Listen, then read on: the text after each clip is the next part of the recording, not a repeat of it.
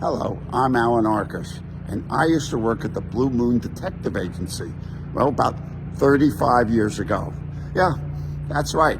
I worked for Mr. Addison and Miss Hayes, and you're probably wondering, oh, what kind of job could this guy do at Blue Moon? Well, to break the fourth wall, I directed Moonlighting. That's right, I directed like 12, 13, 14, who can count so high, episodes of Moonlighting. And it was one of the most creative periods of my life. Now you're wondering, why are we here? Well, I always thought that the Moonlighting agency was up in one of these buildings, okay? I always felt that they were in a high-rise about 10 blocks from 20th Century Fox, where we shot the interiors. Also, we once shot a walk and talk for The Sun Also Rises right along this walkway. It's very smooth, you're able to dolly, and it was between David Addison and his father. You're probably wondering, I don't remember that scene. Well, it got cut out of the show. The show ran really long. Nonetheless, that was not uncommon that we'd shoot scenes that were cut out. Working for Miss Hayes and Mr. Addison, well, it was some days the most fun a director can have.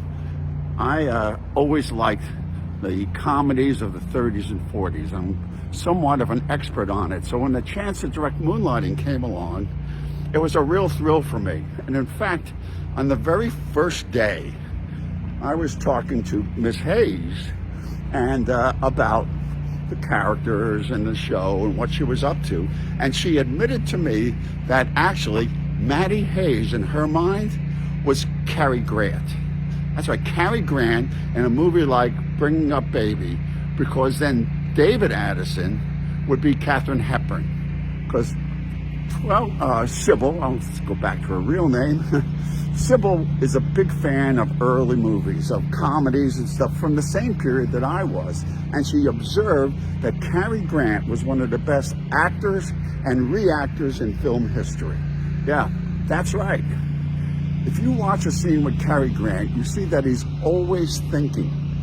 And that's the same thing with Maddie Hayes, or with what Sybil does. As crazy and as off the wall as what Bruce is doing, she is alive in her reaction shots, thinking it through. You can hold on her and practically guess what he's saying.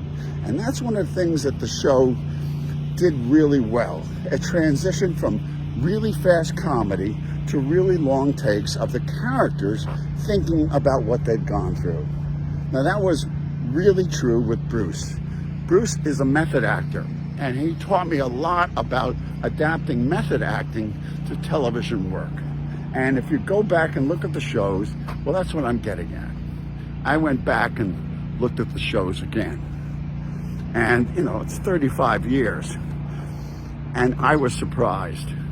I mean, I remembered them as being good, but they were really good.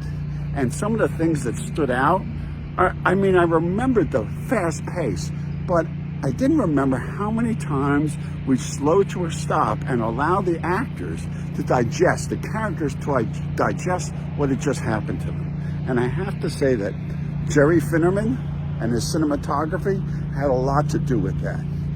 If you watch carefully, and I know you are on Hulu, you'll notice that the actors very often walk through 2 or 3 light changes.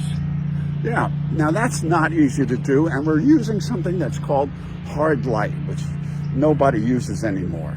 But Jerry came up in that period of the late 40s and early 50s, and he shot Star Trek, the first series, and that's one of the reasons the show looks so good and plays so well.